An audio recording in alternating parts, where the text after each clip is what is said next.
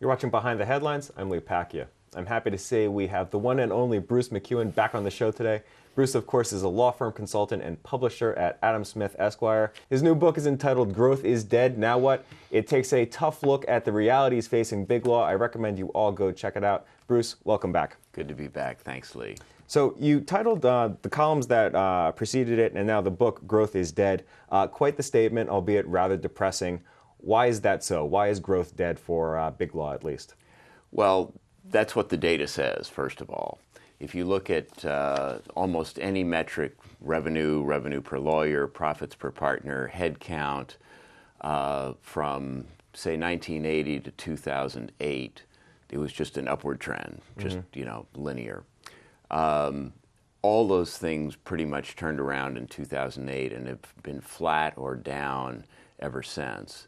And more importantly, I don't see, and nobody I've talked to sees, any dynamic in the marketplace that would change that going forward. Mm-hmm. So when I say growth is dead, I mean we had a great run. We really did. The managing partners during that era could do no wrong. Mm-hmm.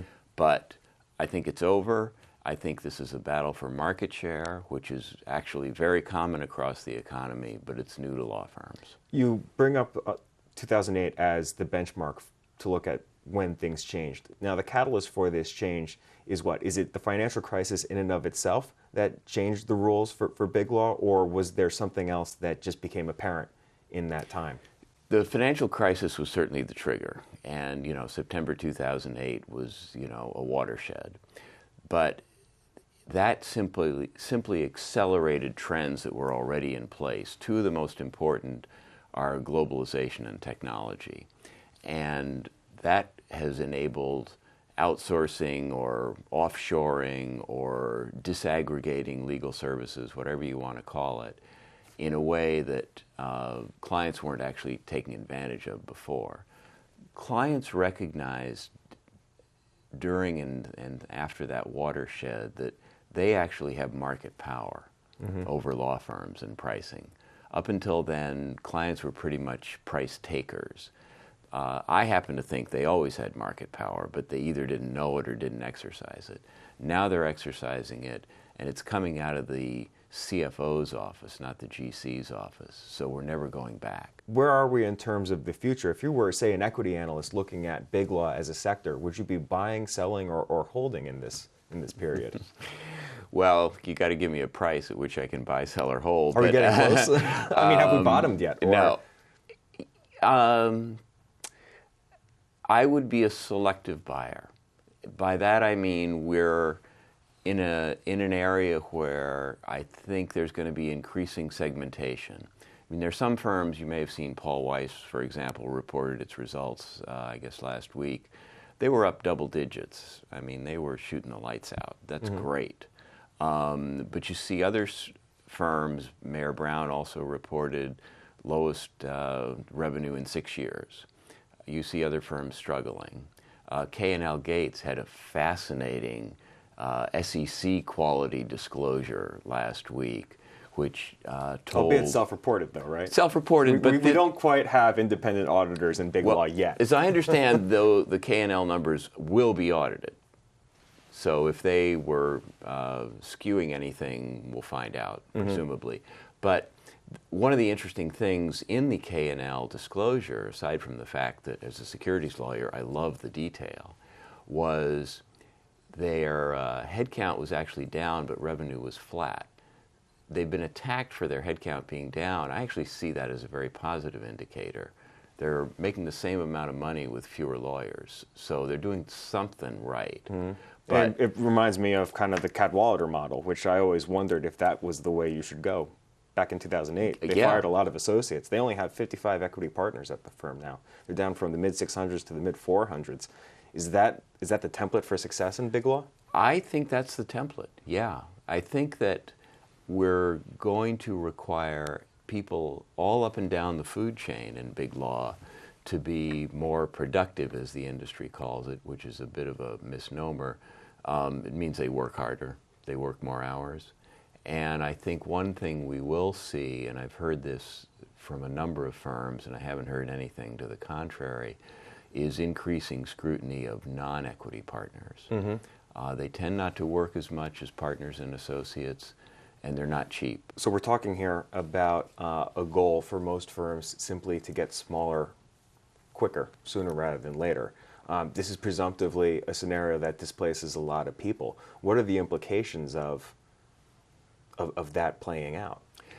Well, the implications are going to flow down the food chain, if you will.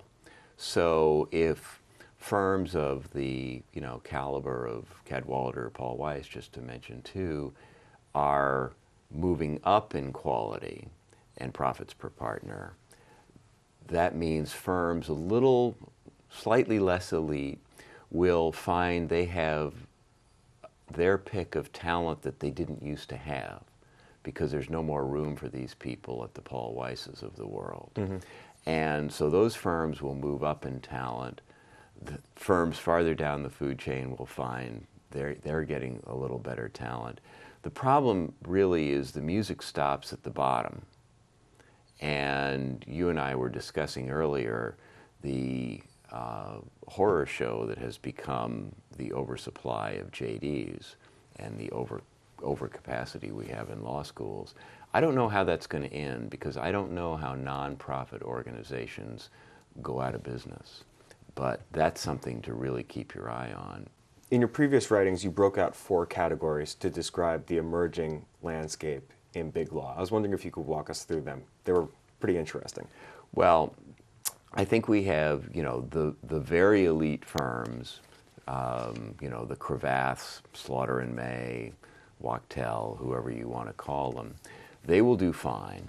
You have boutiques, and they can be, in my book, a boutique can be a large firm. I mean, Quinn Emanuel is, to me, a boutique, but it's a large firm. So is Littler Mendelson, in a different area, obviously, a boutique and a large firm. Then you have what I call category killers, which dominate particular practice areas or sectors. There used to be some in IP. Increasingly, they got absorbed. But Littler is a category killer in employment. So is Ogletree Deakins. You could argue that Wilson Sonsini owns the IPO market in the Valley. I think they do. But after you go through those categories, the category killers, the boutiques, and the super elite bet the company firms, then you have this relatively undifferentiated mass of sort of mid-market, full-service firms. They may be regional, they may be national, but I would be hard-pressed to tell you the differences between them. And I hate to say this, but from my own experience, their own managing partners are hard-pressed to tell you the difference. And that's where the cuts are presumptively going to come? That's the sector I would short. Going back to the idea of category killers, in your opinion, how many of these firms are self-aware in the sense that they know that they have one practice that they're truly best in breed at? And if so, how do they view the other departments? Are they PR? Law firms have a very hard time saying no to anything. So you do the work that comes in the door. Absolutely. I never saw $1 of revenue I didn't like. So that's a big problem.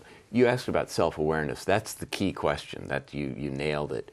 Littler Mendelson and Ogletree, I think, are highly self-aware. They know what they're doing. If you look at the lateral partner migration into and out of those firms, anybody who's not a super employment law specialist is basically finding a platform somewhere else. And people who are super employment law specialists elsewhere in firms that are de-emphasizing that are migrating to a Littler or an Ogletree. So, lateral partner movement has been highly criticized. I've done it myself because I think it's out of control. It's a little intense. But there's one form of lateral partner movement that I thoroughly applaud, and that's sorting yourself out into the law firm that does actually provide the platform to support what you do, be it employment or private equity. Last time we had you on the show, we talked about the concept of suicide pricing. Really, really interesting stuff. That's when firms are chasing work. They employ steep discounts in order to get that client in the hope that it'll guarantee future work from that client. How has this trend played out since last we spoke? Is it continuing? If anything, it's worse. Really? I think more firms are doing it to a greater extent. Are we approaching the point where they're doing work for free? Yes, I've heard that happening in a few cases. And I don't know how you beat free as a price. Now, the question is, the follow-on question has to be, does this then get the firm's foot in the door so that they get real, full rate or modestly discounted rate work later? And I'm very pessimistic about that. I don't think it happens because you've trained the client the wrong way. If I can get this for free, why should I pay? Or maybe I can get it for free down the street because I can say, so-and-so was willing to do it last time. How about you? And you've also devalued your own service. This may sound trite, but there's a reason people pay to talk to psychiatrists as opposed to talking to their friends for free. Because there's discipline, you value what you pay for, you don't value what you don't pay for. And I think it's a real problem for the industry, and I think it requires, the only solution I can think of is really firm management discipline in the law firm to say, we don't do that, and let the work walk. Bruce, always a pleasure. Thanks so much for stopping by. Thank you, Lee. Always a pleasure. That's Bruce MacEwen from Adam Smith, Esquire. If you'd like to learn more about the cases and issues we just discussed, be sure to go check out our offerings on BloombergLaw.com and also on the Bloomberg Terminal. You can see more of our videos on YouTube, and you can follow our updates, of course, on Twitter. I'm Lee Pacchia. Thanks for watching.